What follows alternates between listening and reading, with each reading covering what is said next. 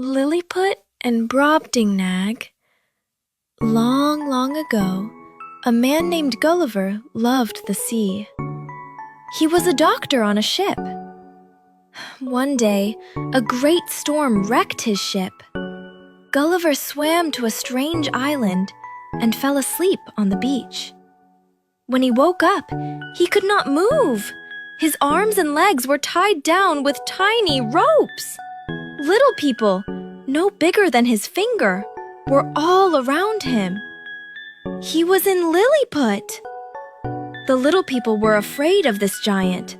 They shot tiny arrows at him, which felt like pinpricks. Gulliver decided to be gentle. He lay very still and smiled. He used sign language to show he was hungry and thirsty. The Lilliputians were amazed. They brought him many tiny loaves of bread and barrels of wine. It took 1,000 little people to feed him. Gulliver was kind and helpful.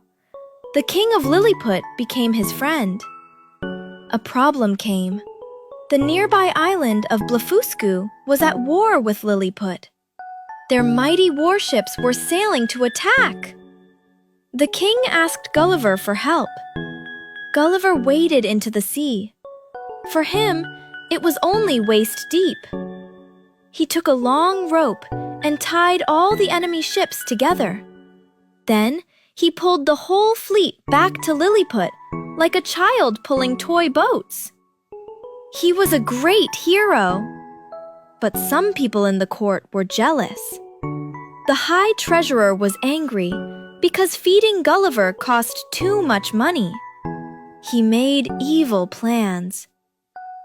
Gulliver put out a fire in the palace by urinating on it. This saved the palace, but it broke a very important law. The jealous men said Gulliver must be punished with blindness. The kind king was sad, but the law was the law. Gulliver heard about the plan. He was heartbroken. His friend had to hurt him. He escaped.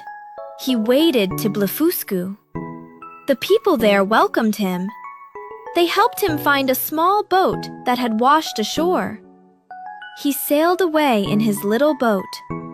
Soon, he was rescued by a passing ship and returned home. But Gulliver soon went back to sea. Another storm came. His ship was lost again. This time, he found himself in a land where the grass was as tall as trees. A giant farmer found him, picked him up, and put him in his pocket. He was in Brobdingnag, the land of giants. The farmer treated him like a curious pet and sold him to the queen. Life at the palace was strange. He was the size of a toy. He lived in a little dollhouse. He ate from a tiny silver plate. The queen was kind, but everything was dangerous. A dog looked like a huge monster. Wasps were as big as birds. He once had to fight off 2 giant rats with his little sword. A little girl, Glumdalclitch, who was the queen's maid, took care of him. She was like a gentle giantess to him. Gulliver told the king about his world, about guns, wars, and politics. The king listened, then said, "You are tiny, harmful creatures. Your pride is ridiculous." Gulliver felt ashamed. From a giant's view, human wars did seem silly and cruel. One day, while traveling in his special traveling box, a giant eagle snatched the box and flew away. It dropped the box into the sea. Luckily, a ship saw the floating box and rescued him. Gulliver was safe and finally returned to his own size world. He was home, but he was changed. When he looked at people, he sometimes remembered the wise giant king's words. He saw both the smallness and the greatness in his own kind.